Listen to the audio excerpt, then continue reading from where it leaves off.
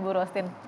Jadi dokter gigi yang menjadi dokter aborsi. Ini saya agak nggak setuju sih dengan kata-katanya, tapi paling tidak dia sudah sangat berani sekali melakukan kejahatan ini begitu ya. Di dekat dengan lingkungan yang pasti banyak masyarakat. Silakan. Ya sebetulnya sih aku enggak kaget ya kayak gini nih ya. Ini yang ketahuan ya.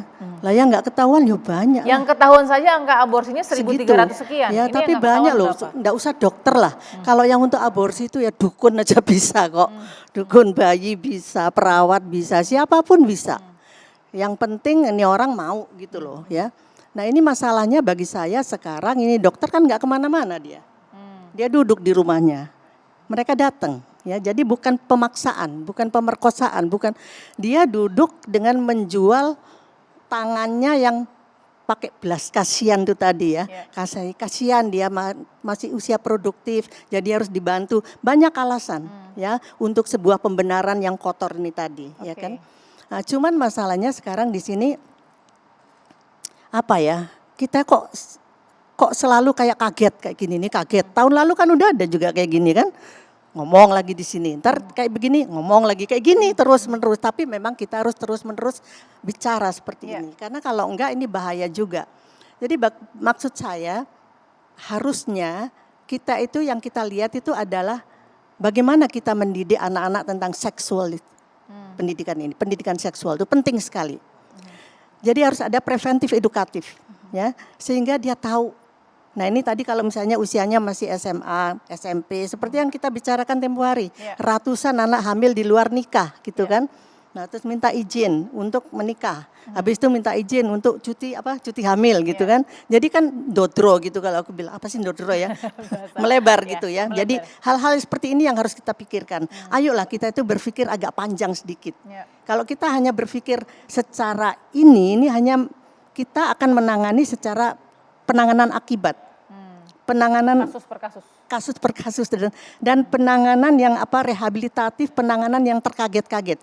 Harusnya kita harus mau mulai jujur pada diri kita sendiri sejauh mana agama itu masuk ke sini, mau agama apapun gitu loh.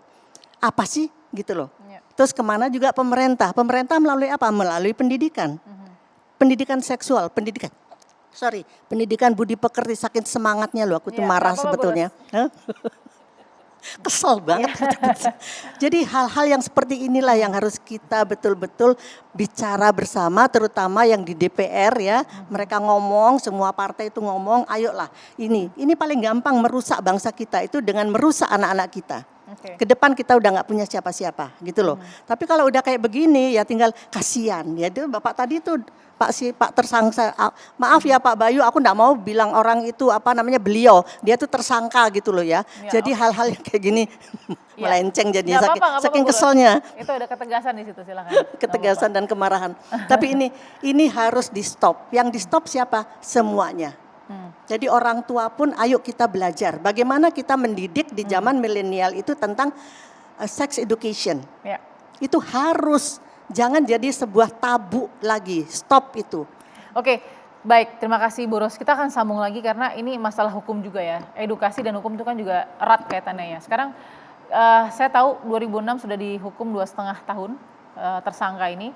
2009 tadi informasi dari Pak Bayu sudah dihukum 6 tahun penjara. Mohon maaf ini kan sama dengan pembunuhan ya ibaratnya. Kita nggak tahu jumlah rentang janin yang dikatakan oleh pihak kepolisian atau pemeriksaan. Rentang minggu tadi kan, rentang 2 minggu begitu. Kita tidak tahu pada prakteknya berapa sih jumlah yang kemudian sudah diaborsi dan ini sangat bertentangan dengan hak asasi manusia juga. Kita akan bahas hukum soal ini dan saya menarik tadi Pak Bayu, Ibu Ros bilang mereka datang dengan sukarela karena butuh ya. Nah kita kan sebut korban ya, mungkin bisa dijelaskan status hukumnya soal itu juga, soal korban. Sesaat lagi di Perempuan Bicara.